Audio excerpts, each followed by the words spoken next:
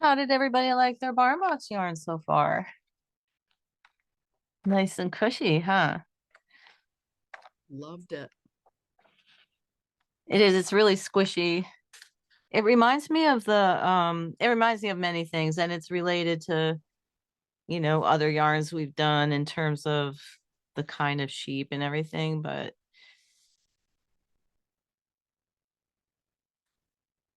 they're all a little different though.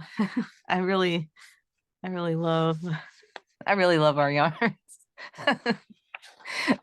And I love that we can pick stuff for barn box that's really different and, unexplored elsewhere, and that we can, bring those in at least for a brief time and get to share them with everybody who's in barn box at least, and sometimes a little beyond.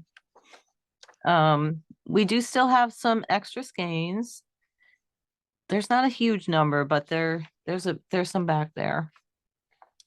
And I just think, like, I think this would make a wonderful light Aran sweater. It would be lightweight even with all the cables because it's such an airy, squishy yarn. Hmm. It'd be nice for something like that. Maybe David will get a replacement for his old Aran sweater that he that he likes. I knit him one before we even moved to Ohio, like way back when we lived in New York, and um it wasn't this fiber. I don't know what exactly fiber it was, but it was just, we used to go to this yarn store that had some farm yarns, and there was this big ball on they had this back wall that just had a mishmash of all kinds of stuff, like one of a kind stuff, and there was this big ball of like 8 skeins of something tied together. It didn't have a label. And he started, touching that, and he really liked it. And it wasn't super soft or anything. I think it might have been, you know, just looking back on it, it was something like this, a sturdy yarn that was off white. And then, after we got home, like a few days later, this box arrives from the yarn store. And I guess he got home and thought about it. And he's like, I really should have bought that. And he called him up and bought it. And um, so I made him a all over cabled sweater with it, and it looks really sharp on him, but it's starting to wear out at the elbows. So someday soon he's gonna need a new one. We'll wait a couple more minutes for the stragglers to get here. It looks like we got a nice group so far. A lot of people with cameras turned off, but um And yes. could you make a sweater pattern similar to that one that you're talking about with Oh, all over? maybe, maybe, yeah. Um, it's, I mean, I do have a couple sweater patterns that are similar, like the dark rose set I designed last fall.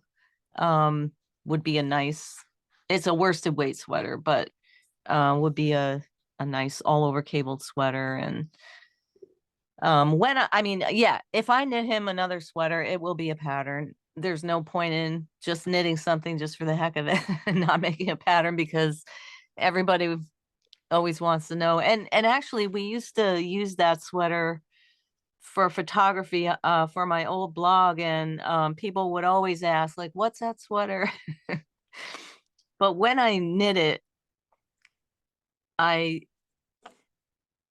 I made it harder for myself by trying to line all the cables up at the armhole where the raglan comes together, and that's almost impossible in one size, much less multiple sizes. So um I never did write a pattern for it, but maybe if I recreate it, I can do something almost the same without the, alignment, maybe.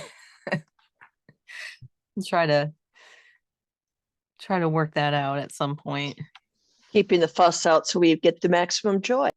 Exactly. It wasn't it all in the round and everything. The thing is, I think I did it top down, which is not my favorite construction. And for pattern writing with a complicated pattern, it's hard to do it top down because oftentimes where the pieces are narrow, you have to start like in the middle of the chart or even in the middle of a cable. And it's very difficult to translate that in language that everybody can access. And, it just makes it kind of difficult for the knitter if you don't explain it enough. So I try to stay away from that format because I do a lot of sweaters with a lot of patterning, and generally they don't lend themselves well to that top down construction. That's just my, personal opinion. Rather than have a thousand emails asking me the same question, I prefer to put as many instructions in the pattern as I can to make it clear.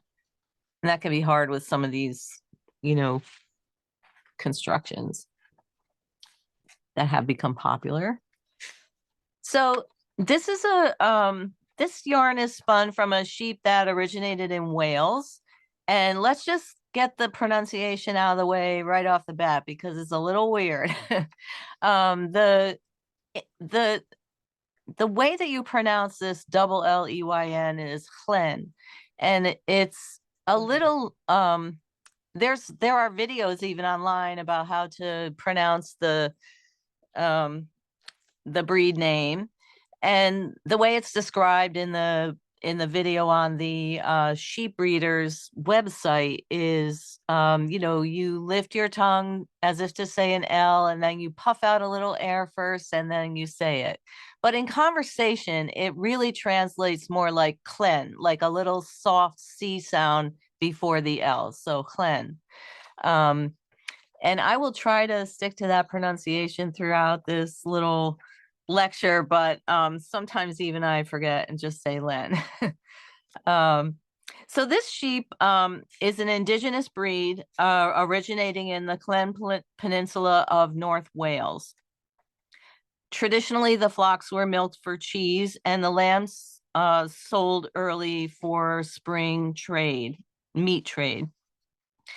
Um, Generations of natural selection and careful breeding just by the farmers for those traits produced a very prolific and milky ewe.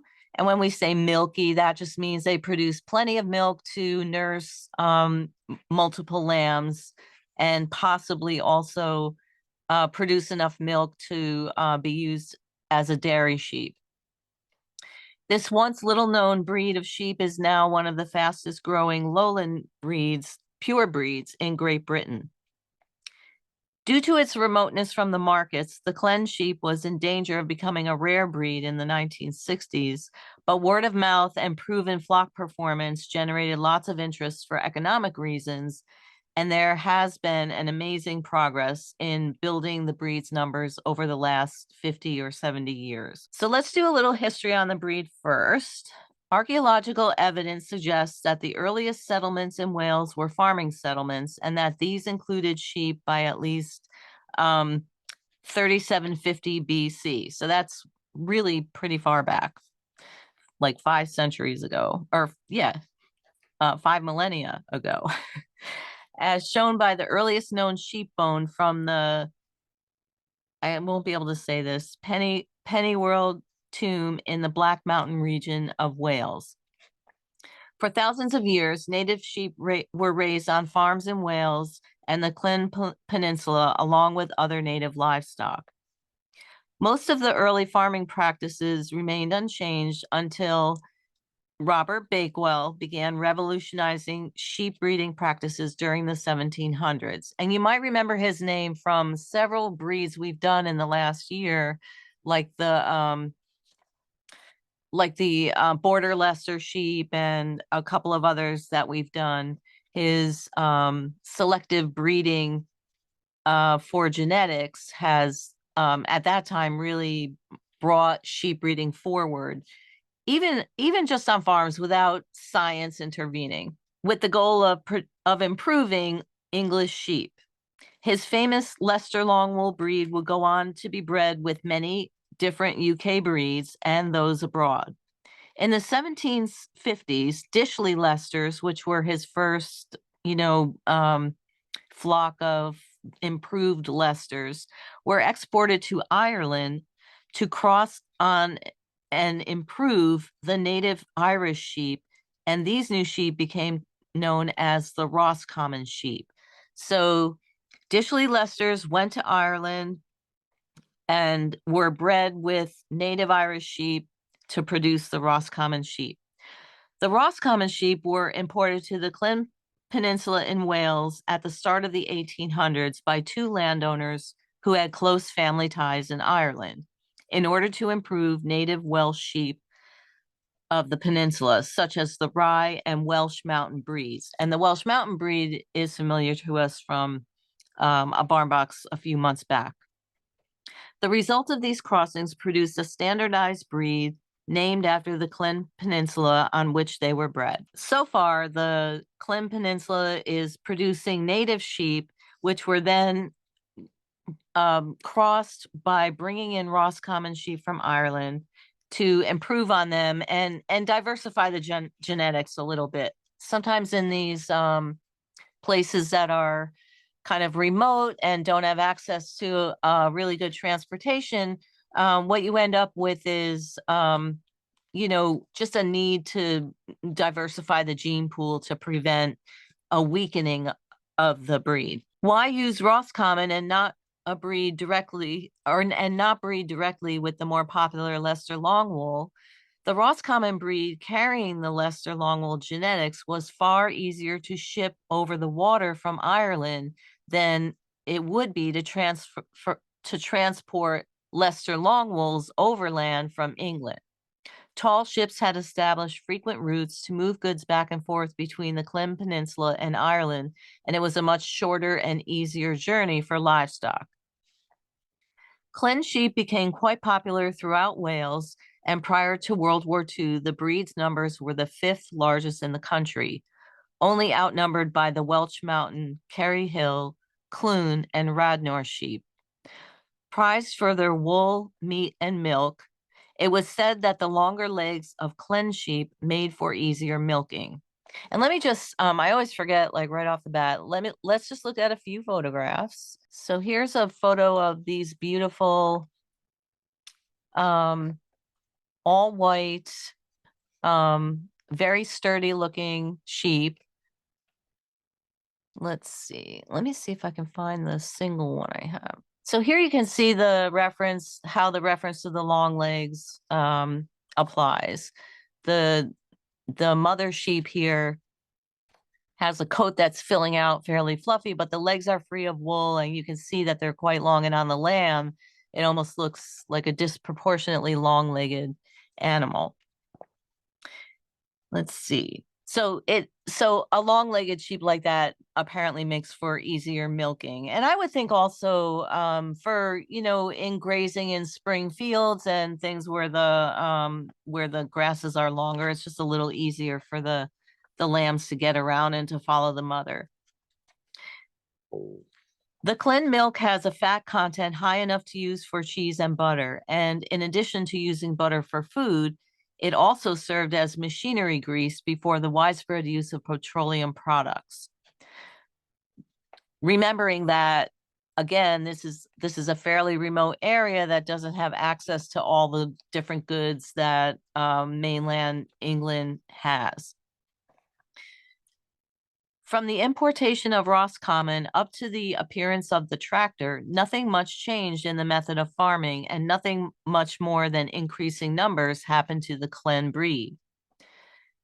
Mr. I.E. Roberts can recall as a young man in the 1930s being hired as a wool grader. His job was to travel on the wool collecting truck to various farms and collecting points on the peninsula, and to sort the good Clyn fleeces. He describes it as easily done. When a good Clyn fleece is dropped, it hits the ground quietly and bounces slightly because of the crinkle in the staple of the wool. The more the crinkle, the more the bounce. This contrasts with inferior fleeces that hit the ground with a slight thud and no bounce. He came across many fleeces weighing 8 to 10 pounds. The best fleeces brought 3 to 4 pennies per pound, and his commission was 1/4 penny per pound, which was good money in those days. I love that little story. During World War II, farmers were required to plow and plant around 1/3 of their plowable land to produce enough food for both soldiers and the public. And that had previously provided pasture for cleansed sheep.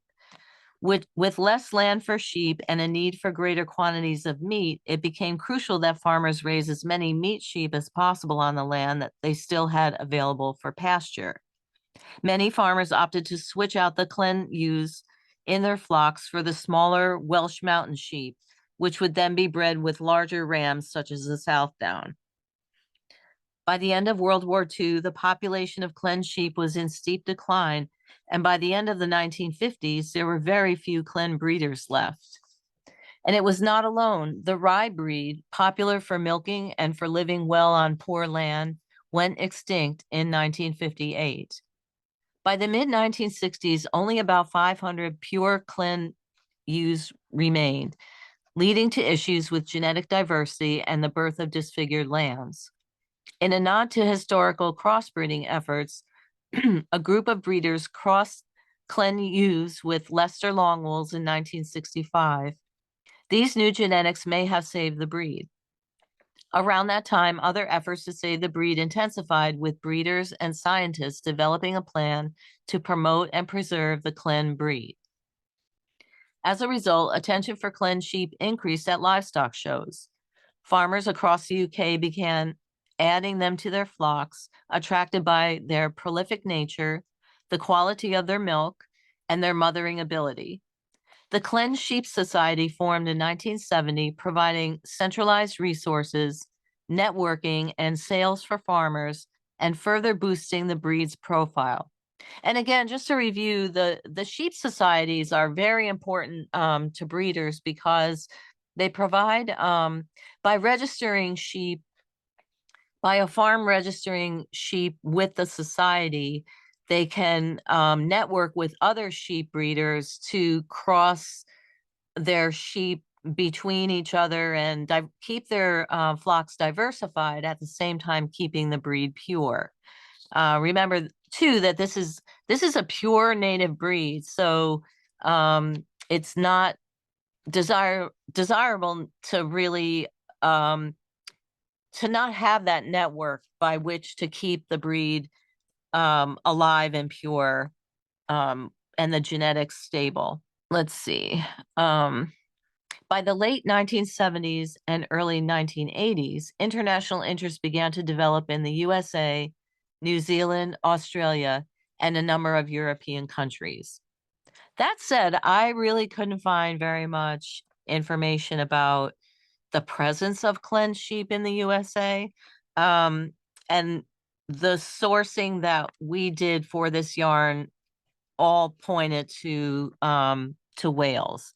And that might be too that Wales has in place processing mills by which to not only harvest the wool and centralize it in a co-op fashion, but to clean it and cart it for export as well.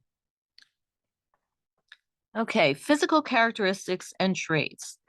With a distinctive feminine head, warm white color, and a wide forehead, Clen has a good head length, slightly curved and narrowing to a black nose. Ears are medium sized and thick with black spots. The breed is hornless.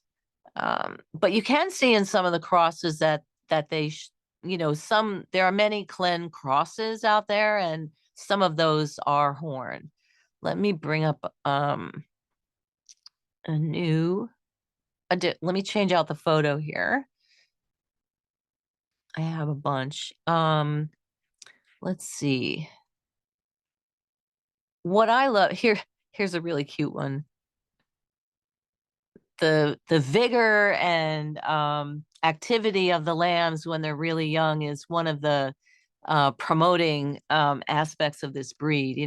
One of the things that make it very popular. And you can see here that these little lambs, which are probably 2 weeks old at most, are already out, playing in the fields by themselves. Their mothers are probably nearby, but they don't have to be right there. And one of the things that strikes me about this breed that is, important to a lot of breeders is when you look at a picture like this one, they are all exactly alike. They're so, I don't even know how, except for like a number tag on the ear. I mean, you could name your sheep, but how would you find it? Just by sight. They don't have like they don't even have little facial spots that, yeah, that can identify them. They are all literally the same height, the same length, the same color, the same facial appearance. And it's almost, I guess just, post apocalyptic how how similar they are. And let me just bring up this. I'm backtracking a little bit, but this is a map of the Lleyn Peninsula, and you can see up in the corner here the that's Wales, and that little tiny peninsula in the red box is what's magnified here. And you can see that it's just a really little hook off the edge of the mainland, and that's what, in centuries past and really up until World War II, made it and kept it a really remote place. And as we've discussed with other breeds, like the Gotland is a good example, when a breed is sort of sequestered like this in a very small place, and there isn't a lot of traffic in and out of that area, um, it's it remains it remains a very singular native breed, and the farmers that raised it in centuries past relied on their own anecdotal selective breeding, just by not using scientific genetics, but just to the eye, which are the best sheep. And they bred the best sheep with the best sheep and got better sheep. So that's, the remoteness of the area really contributes to that singular set of genetics that is so consistent from one animal to the next. So this is the sheep when it's just been shorn.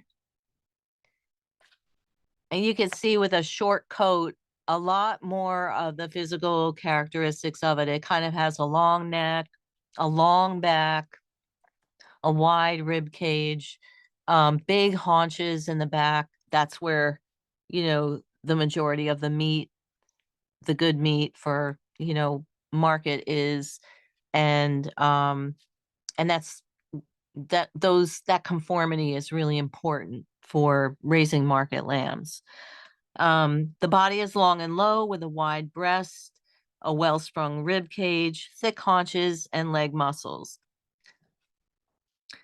And the legs have no wool below the hock. The tail should be docked according to legal practice.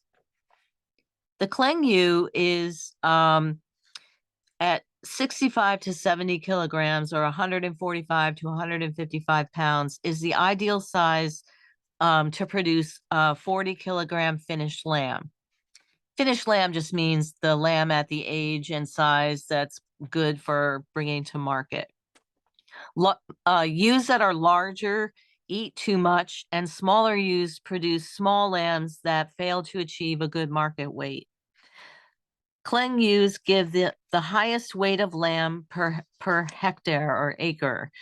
The ability to thrive on low inputs, yet produce top quality lambs, has never been so important and continues to be as time goes on. One of the outstanding features of the Lleyn is its ability to simultaneously produce both quality prime lambs and pure or half-bred commercial ewes. This rare benefit allows the commercial farmer to run a closed nucleus flock from which he can breed his own replacements and maintain a disease-free flock, helping to keep costs down considerably. The first cross inherits the renowned mothering and milking ability of the pure Clen ewe. Ewe lambs will take to breeding and will go on to a long life so that ewe depreciation costs are much less. The Clen ewe will easily birth and rear 2 lambs and is known for being milky with good mothering ability. An excellent converter of grass or forage into milk and meat, durable and long-lived, the medium size allows more ewes per acre, increasing production numbers. Regular, good lambing percentages, lambs can be finished well on grass, and purebred lambs consistently grade out in the 18 to 22 kilogram or 40 to 49 pound range. Purebred twins can be made ready for slaughter at 14 to 16 weeks of age and with highly satisfactory carcasses. And to that note, even when they breed twins, the twins end up similar in size at a full market weight. So birthing twins versus singles isn't really detrimental to um, lambs with a good weight. The majority of Clen sheep sold at the sheep society sales are MV accredited, free of MV viral disease, and originate from mainly closed flocks. Clen enables you to keep a closed flock, producing your own breeding females. The MV viral disease is something that can be carried from one flock to another.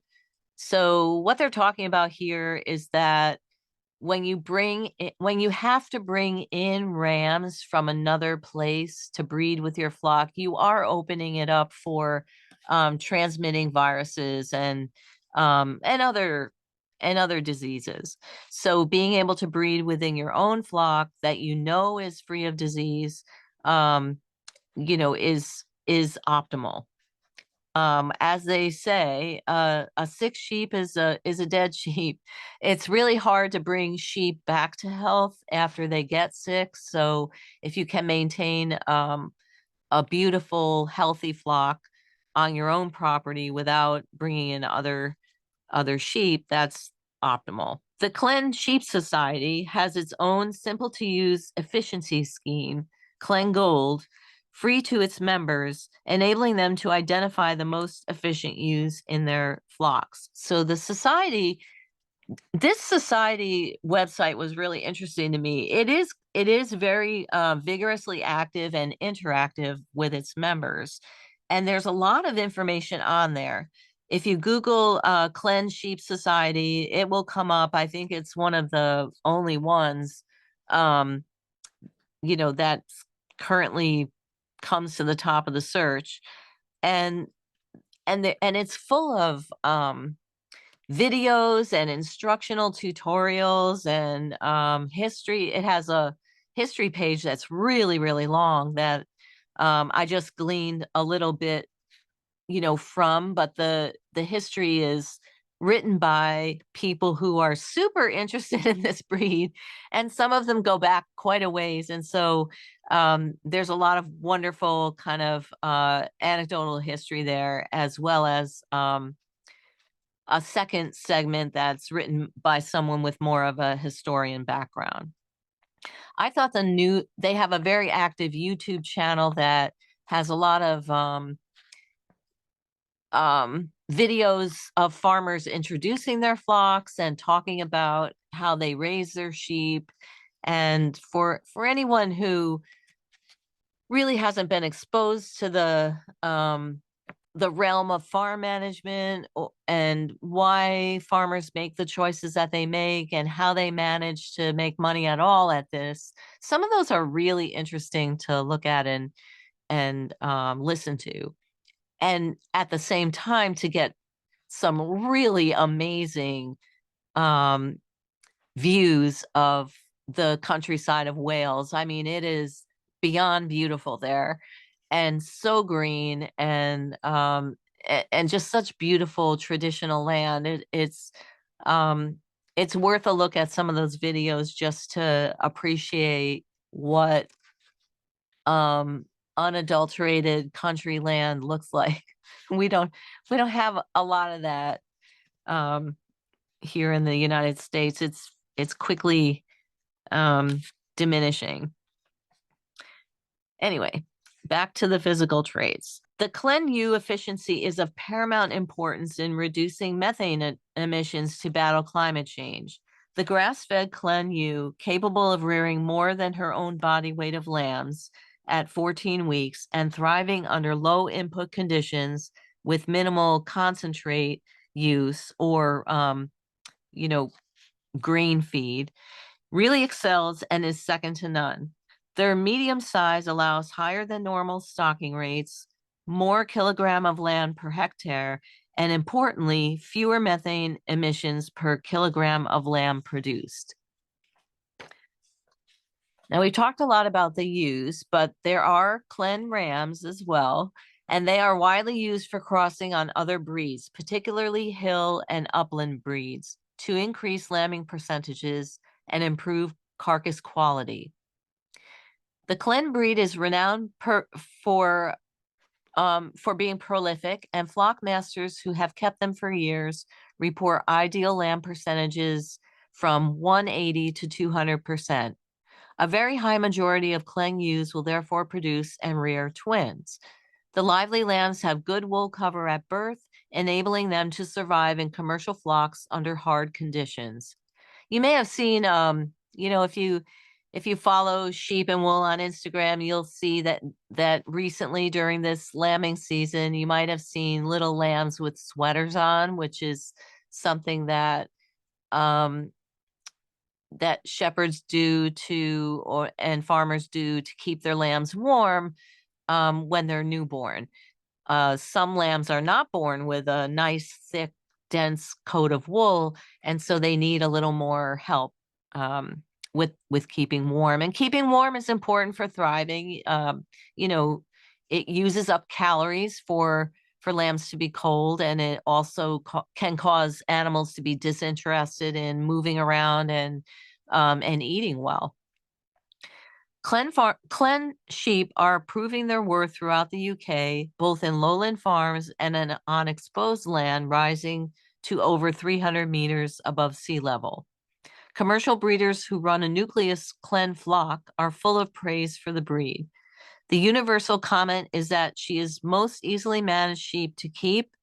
She's docile, a trouble-free lammer, and a superb mother and milker. The wool characteristics. Let me just change out this photo for one with a more full coat. So there's a Clen sheep with that's almost ready to shear. The coat is probably 4 to 6 inches in length. It's very fluffy, and it just makes the sheep look very round. It's not a drapey wool, so it doesn't like some of the sheep we've studied lay down in silky kind of waves. It's very crimpy and sticks out all over, so it kind of makes the sheep look a little cartoonish when it's a long fleece. The Clen has a tight skin with fine, dense, medium length wool, which is water repellent which is super helpful and really almost required in its native country of Wales. This wool quality contributes both hardiness and profitability, since the pure white fleece is without kemp and does not carry the natural faults of red, gray, or black fibers, assuring a good wool price.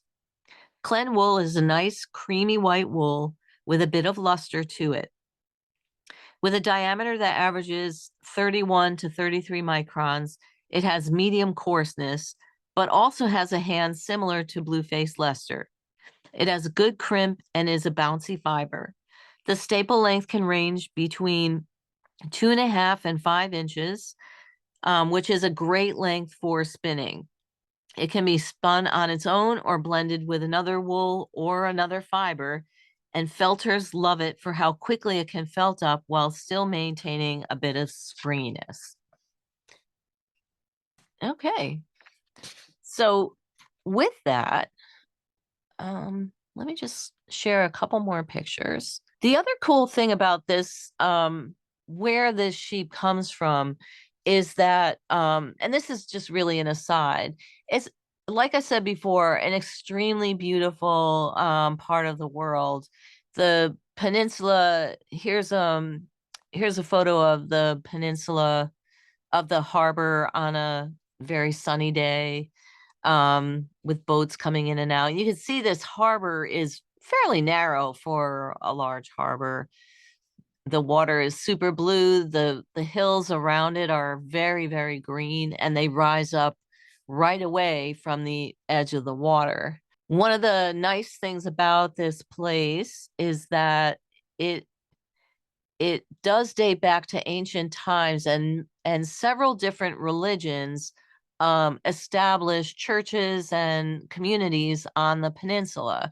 So in, I don't want to say ancient times, but really up until probably the 20th century, the roads leading in and out of the peninsula were few and not, highways. There are roads like this, but there are stone formations and ancient churches that are that exist all through the peninsula. And every year, and throughout the year, you can do this on your own, but they run these pilgrimages, where people can walk or ride along these um, ancient roads and farming tracks from one religious site to another. So here's a scene from the 1950s where people are walking in their Sunday clothes um, on at least part of the Pilgrim's Trail. I believe the Pilgrim's Trail in total is something like 75 to 100 miles. I may not have that exactly right, but to this day, you can go to Wales and pick pick a route. You can pick a route that goes across the whole northern part of Wales and out onto the peninsula, or you can start at the beginning of the peninsula and walk along it, ride along it. The nation of Wales has created um, a corridor of eminent domain so that it's open to the public to use respectfully throughout the year. So it's kind of cool. Every time we do one of these sheep, we all say, "Oh, what a great place to go on retreat." here's a here's another picture of that same group of people stopped at one of the religious sites along the way. You can see, like, this is not a small group of people to keep together in their Sunday skirts and walking suits. um, it's just, I think, kind of wonderful that it's a long tradition that is still upheld today, and um, it has the possibility of being able to watch the sheep at the same time. Let's see. I'll bring up another picture of the sheep, so we have that as a background. This is a flock of sheep out on the fields when the fleece is getting a little longer, a little bit um, before shearing time, and you can see that some of the fleece doesn't grow to an even length all over the body. Some of the fleece around the sides of the sheep is and the neck is very, very long and fluffy. And there are a couple that are standing sideways there that almost look like buffalo. They're so full of fleece. And yet along the top and the spine, the fleece is still standing up away from the body, even though it has achieved a pretty good length. All right. Any questions or comments so far? Anybody have started knitting with this yarn yet? You're welcome to just unmute and go ahead and talk if you want. So Anne, I have not started knitting with this, but what struck me about this yarn was how lanolin-y it smelled. Is that the grease that you referred to earlier? Yeah, I mean, that's what you're gonna smell really when you smell that sheepy smell, the grease is going to carry some of the scent of the original animal. I mean, it is clean. These wools do get scoured before they're spun, so it's not. Um, but because it doesn't go through a dye bath, our yarns don't go through a dye bath in addition to their original scouring. They do maintain a little bit of that sheepy smell. And when you wash them, you'll get some remaining grayish or brownish water that comes out of it. So even on these skeins, there's, while they are nice and white, there's a little bit of a grayish cast to it, as opposed to I have the blanket design right here. Oh my And then goodness. it washes up just really, really nice and bright. I don't know if it's really obvious over the zoom camera, but there is a little grayishness in this unwashed yarn. But these skeins have been these particular skeins were the fleece was scoured, and then the yarn was carded and spun. And the skeins do get washed after spinning, but then they don't go on to that additional dye bath, and it takes a few washes for all the dirt and dust to really be washed out of them.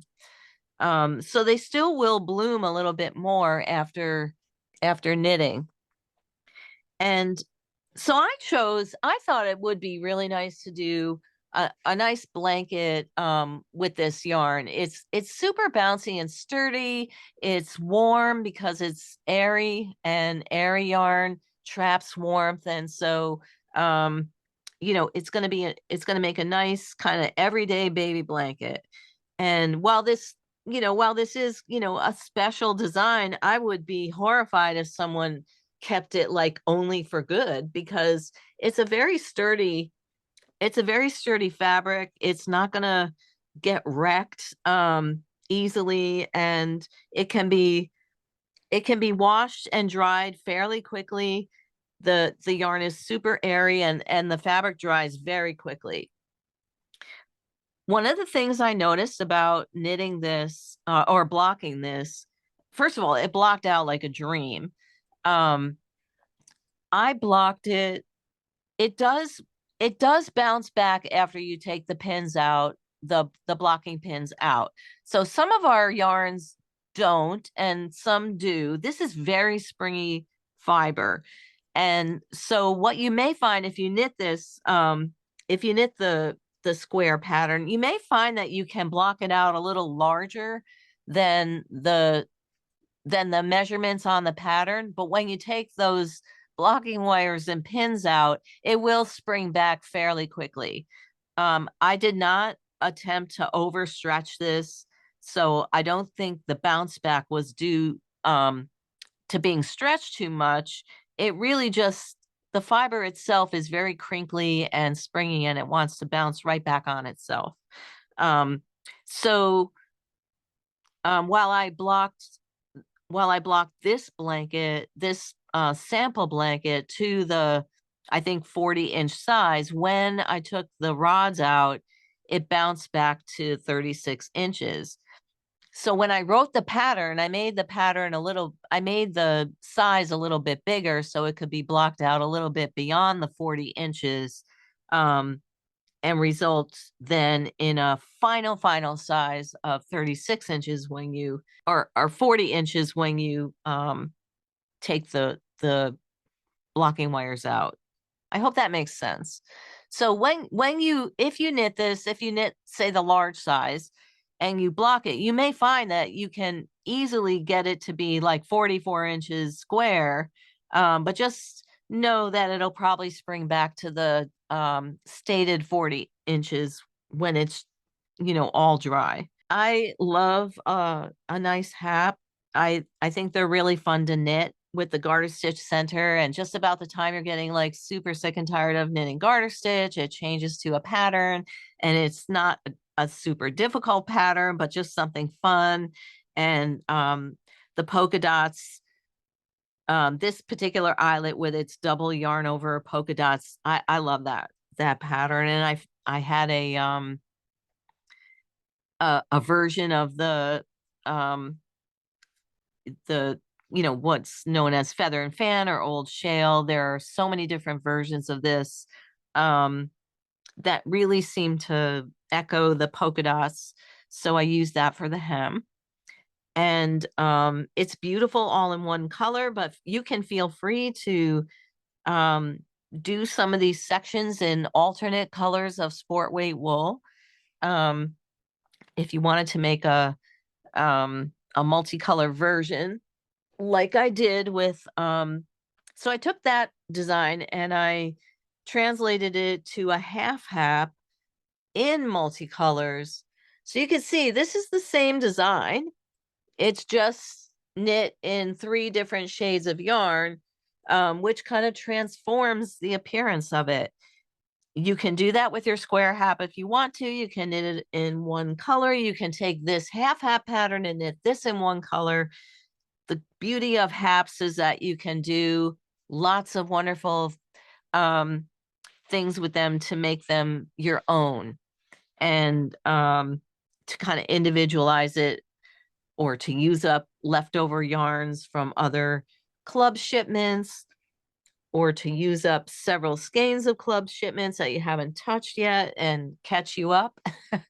um, the the full hap takes 4 skeins of yarn total, and the half hap it takes a total of like 2 solid skeins, but if you do it in colors, you need like 1 big skein and 2 half skeins.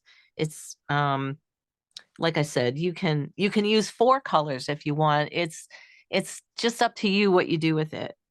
I did choose in the half hap design to use the Shetlandia wool just because it's a little lighter. It is a sport weight, but it's slightly lighter weight and a little more drapey. And I thought the half hap would be nice with just a little more drape. And then in addition to that, which some of you haven't seen yet, there's going to be a matching baby dress. So there's a little yoke design using the garter stitch and the polka dots, and then the hem with a puffy sleeve. It has buttons at the yoke, and honestly, it's the same in the back as the front, so it could be worn with the buttons in front or the buttons in back. The pattern is with the proofreader now, so it will have 7 sizes from newborn to 4T, and you can knit it with the sleeves or without the sleeves as a sundress or a jumper. And here I've used the Fin Dandy 3-ply wool to knit this like a 3-year-old size of the sleeveless version in wool, but it could have been, I could have knit it. The white one is knit. I chose to do it with our Fresh DK, which is silk and linen blend, but you could do it with the Clen Sport or any of the other sport yarns. I think even the Hempshaw fingering would work for this design. If you want to make a little sundress set for that, super sticky weather in the summer. And that pattern should be coming out hopefully not this Wednesday, but next Wednesday. So got a whole variety of like matchy coordinating items that you can knit based on this month's yarn and design. Okay, questions, comments, anybody? And Yes.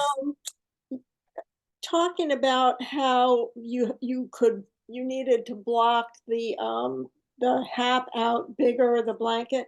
If you're making like a sweater or the romance novel with this, would you block it beyond what the measurements say to block it? Yes, what you should do in a situation with a garment is swatch swatch well, make nice big swatches and record your before gauge and your after gauge.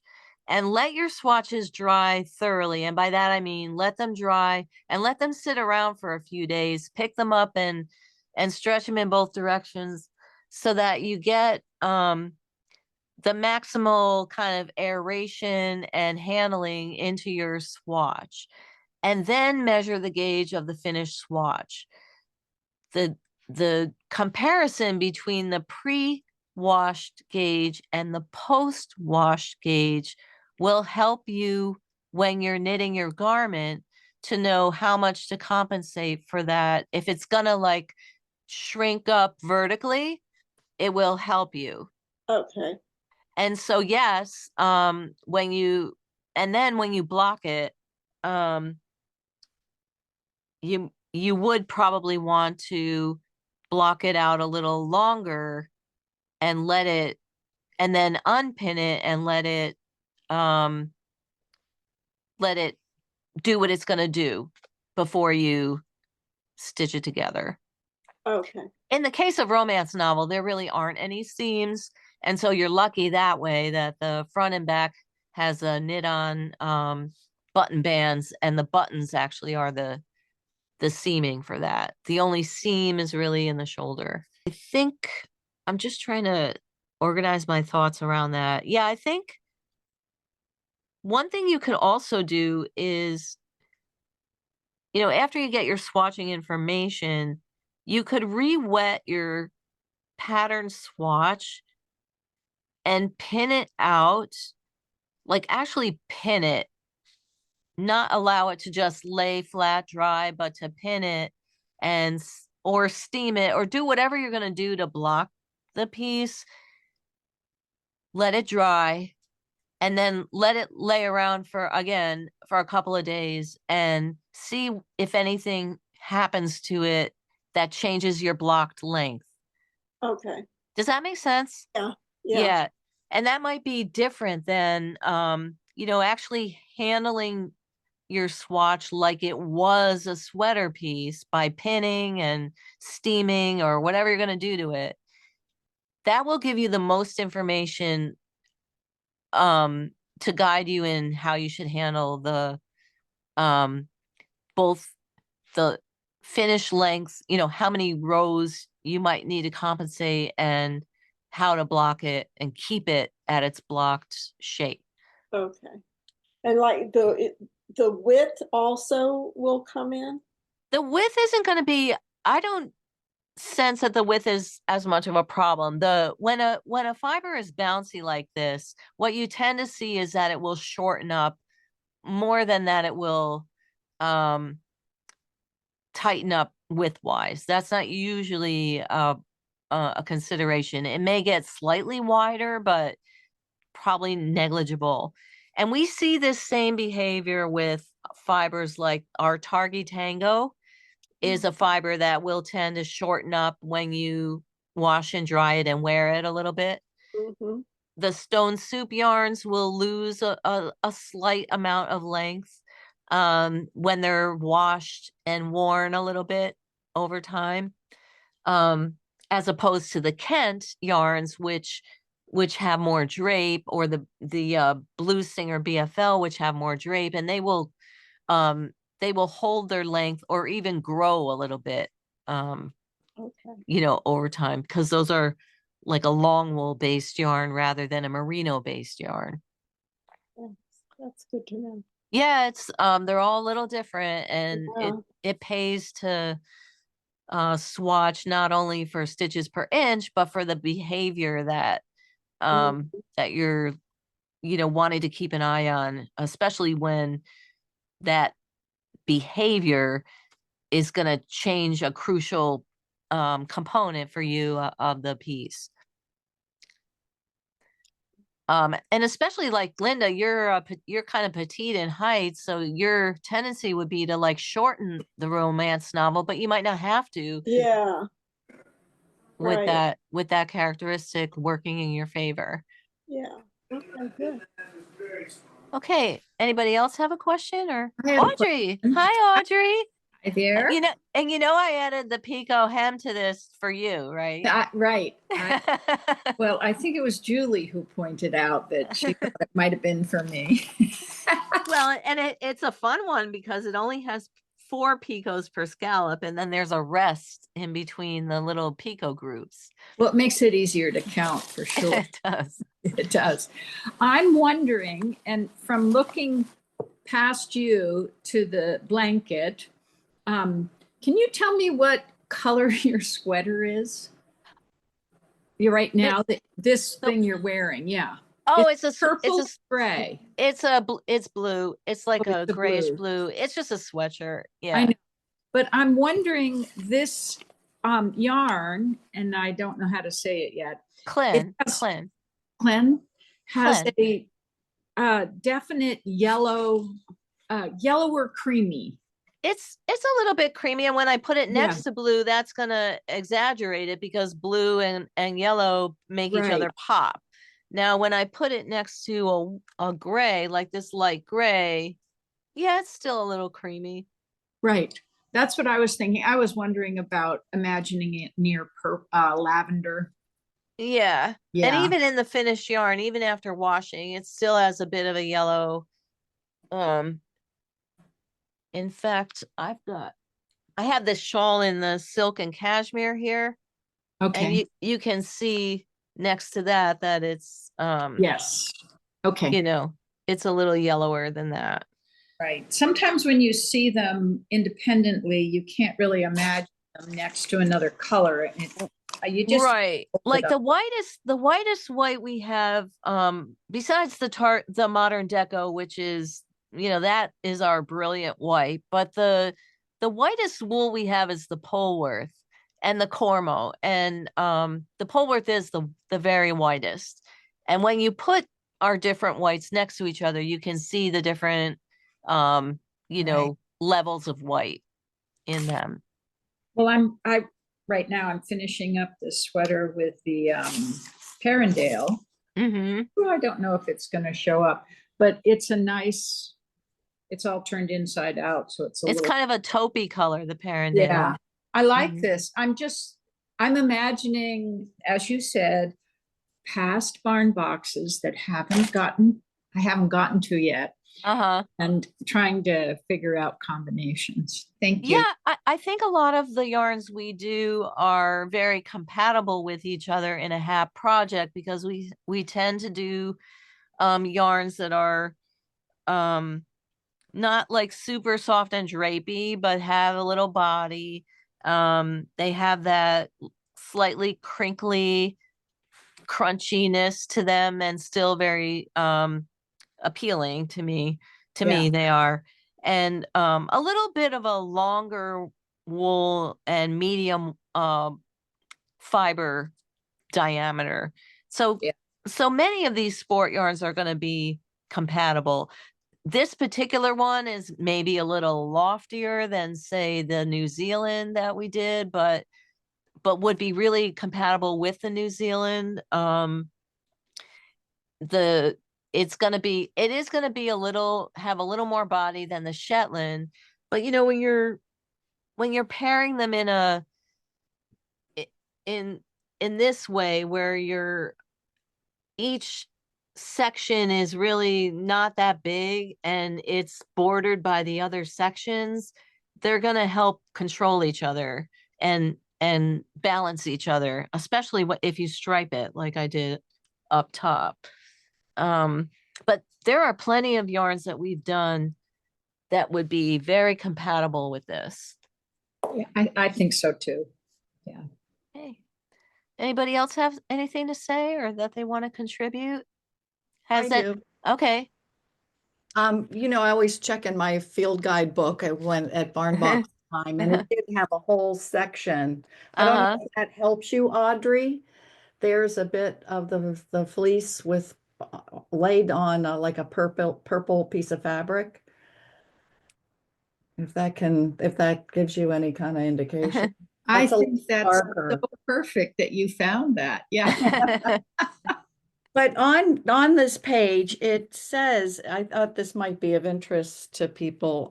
Prince Charles keeps a flock of 450 Clune ewes near his Highgrove estate in Yes. Gloucester or Gloucester. Gloucester. Gloucester. Gloucester. Gloucester. Yes. Yeah. Yeah, these sheep are very popular in Scotland, which is of course pretty close. And Mhm. they are super popular all over the UK, because for instance, on a big estate like that, they're they add they help manage the farmland in terms of keeping the grass clipped and the all around the edges where it gets really bushy and thick. It keeps all of that trimmed out and clean. Um, just like several other breeds that we've talked about. These sheep are for it to run a flock like that is a really smart way um to accomplish a lot of things with one um one type of animal that doesn't require gasoline or tractors or compacting your land or in any way. It's just, and they fertilize at the same time. Like it's just really good land management, which is why our beautiful lands around the world survived so many centuries and millennia um before we you know introduce ways to wreck it very quickly. Now, is 450 sheep an average flock? Is that a large or small, or what's an That's average? It's not huge. So the ranches out west in the United States, which we get like our Rambouillet for the stone soup yarn, they're Uh-huh. running a couple thousand head of sheep. Okay. Um, Oh, 450 is a good size flock. Um, you need quite a bit of space for that. I always forget how many sheep per acre is ideal, and it does vary with some breeds, um but those estates are really big. Then they are large land holdings, and mhm. it really is the best way to manage those lands without a lot of farm labor. I'm thinking of one time I went to visit a farm in New York State where we got our Corriedale for our confection yarn from, and they were running they had like 150 to 200 sheep, all different colors of Corriedale sheep. And it hardly seemed to it didn't seem to take up that much space. It didn't seem like a lot of sheep. I mean, it's a lot of sheep, but it was manageable for this couple and their son to manage the whole farm with that many sheep and to shear them and make a little bit of money on the wool and a little bit more money on the meat. And Yes. so going back to that half hap, I really, really love that. And It looks so nice on you, yeah, Janet. well, really comfy. And I'm going to make it, but with the yarns existing that I have from you. So, Uh-huh. and I'm curious. I've got the three colors. I've got a Masham Sport in a gray, and I've got the New Zealand Sport in what I consider a light brown. Uh-huh. Um, and I'm wondering about swatching on a shawl like that. Do I need to? How would I approach? Would I make three swatches with the different yarns and different patterns? What do you I think? don't think you need to do that. The Massam is going to be the one that's the most different Um, from. Are you going to use the Clen with those two? yes, I am. If I Yeah. can. If So you, and, the Clen and the New Zealand are very similar. I would okay. say, pretty identical in terms of the bounciness and the diameter of the yarn itself. The Massam is a little thinner and hairier, Uh-huh. and Hmm. um and that might be the one. I don't, you can swatch with that, but that might be the one you use for your striping section because it would be balanced by the other yarn. That's genius. Yes. But then I think there's a band in, Yeah, there's there will. bands Yeah, in the gray and the brown. So I would have and to. it's the narrowest band, and Oh, it's also in garter stitch, which is going to give that yarn a little more body too. thank you. That's great. I love And then you could, yeah, and then you could do your polka dots in the New Zealand. Okay. Um, it's funny you mentioned that because I really wanted to use the Massam in the hap shawl Uh-oh. as that color, but in the end we decided to make the hap shawl all in Shetland Yeah. Um so that we Well, could didn't keep you it. say it was really soft? Yeah. Oh my God. The whole time Soft. I was working on it, I'm like, I never think of this. I never think of Shetland as being soft, but our Shetland is so soft and it's so light. It was really pleasurable to knit this. And we do have a kit for this. We have a kit for the half hap, and then you can buy a kit to make the square in the same colors as well. Yeah. That's on our website. Okay. Thank you. Yeah. Going back to this, going back to the swatching. Mm-hmm. Swatching for a shawl that has 3 different fibers. Do you have a recommendation?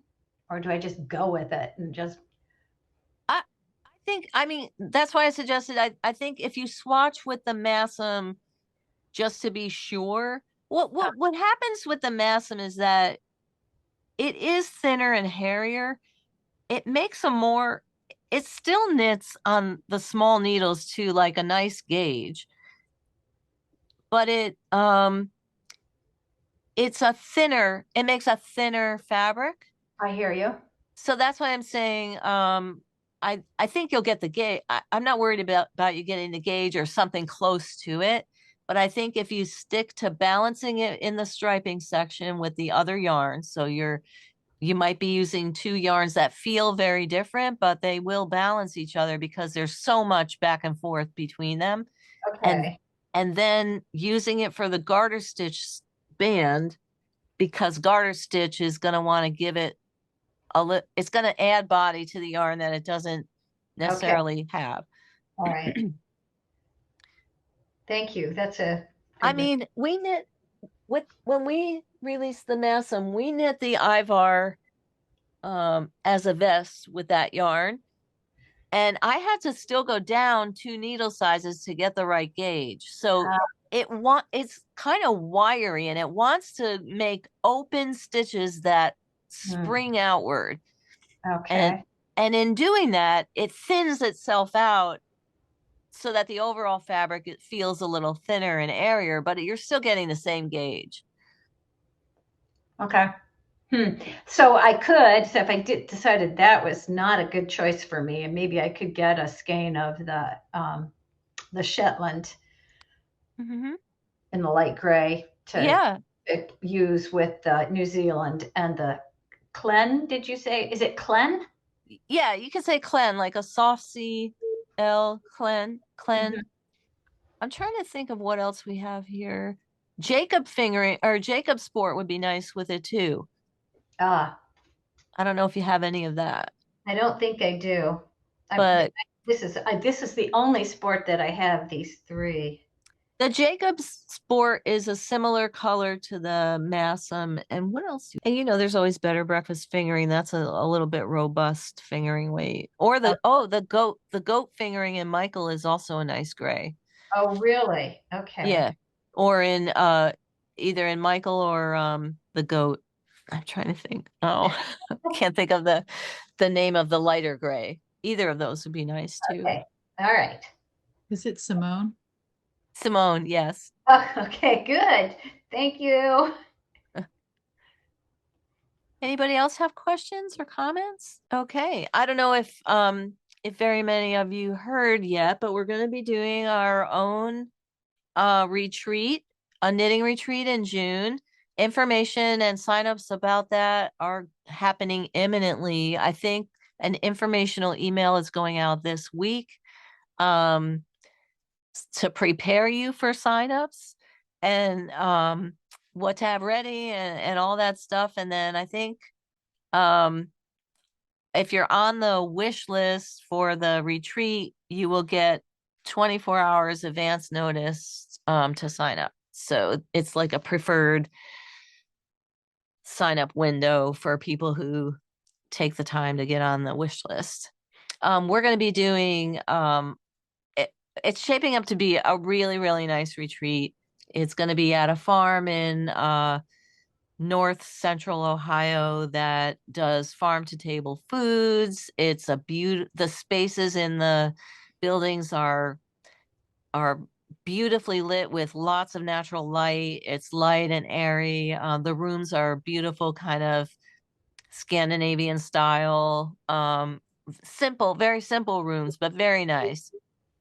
Lots of great common spaces and things to do on the farm, as well as things that we have planned to do while we're there. So we're going to definitely be offering sweater fitness class. We will not be able to accommodate everybody. Like there's a limited number to get in sweater fitness, but then we have wonderful alternative activities for people who just want to come and do part of the time just relaxing and knitting, or spending some time on a fun activity. And then we have a kind of a wool centered class and project class for everyone that everyone will take part in. That's going to be super fun as well. So we'll be doing like a grand barn box project class. And I've been there multiple times, so I can really vouch for the location. Yeah, everything you said about it is Yeah. true. The food is fantastic, and I never say that about any place I've been on retreat before. The food is really fantastic. Yeah, it's very good, and the rooms are super nice. They're, as you Yeah. said, they're minimalistic but thoughtful. So Yeah. And they can accommodate any dietary needs or allergies or anything like that as well. They're very it's a very well run venue. So we're excited about doing that. And what else do we have coming up? We're going to be at the Maryland Sheep and Wool Show the first weekend of May. In all our glory, we have just like other recent years, we have a new big double booth, so lots of room to spread out and see everything. I'll have several new designs there. What's happening in April? Do we have something going on in April? There's so much going on. And this is in June, but we're going to be doing a pop-up the week before the retreat. We're going to be doing a pop-up at a yarn shop in Cincinnati. So we'll be bringing our yarns. I'm not going to be teaching or anything like that. We're just going to be doing a trunk show pop-up in Hank Yarns, I think it's called. yeah, that's cool. Yeah. Okay. Anybody else have anything to contribute or say? All right. It's Thanks, a little Anne. oh, you're this is welcome. amazing. So springy. I keep squeezing it. It's just amazing yarn. Thanks. And supposedly it's a really good felting yarn, Geeka. So yeah, that really perked up my interest. right up your Makes right me up want to your get some of alley. the fiber too. Although not so much that it didn't I Didn't didn't felt easily and yeah, I didn't have any Good. trouble with any danger of felting when it was being washed. So I'm pretty happy with that. And I did do it in the washer, on the hand wash cycle. So Interesting. yeah. Yeah, really good. I All love right. that idea of it felting but staying springy. That's really interesting. Yeah. Especially for stuff like slippers and things you want to have underfoot. Yeah, something cushy. Yeah. Thank I you. highly recommend checking out the Clan Sheep Society website if you're jonesing for more information or just general information about sheep. This was a really good resource for getting some insight into how farmers really deal with being farmers of sheep. It's not it's a business, but it can be a hard business to make money at. And I think this is probably the most together sheep society I've ever come across in terms of having in terms of being pro farm management, and they really promote the farm practices of their members. So it's worth checking out. All right, you guys. Happy knitting, happy Easter for those who celebrate, and I'll see you again in a couple months. Thanks, Anne. Thank you. Bye bye. Thank you. Thanks, Anne.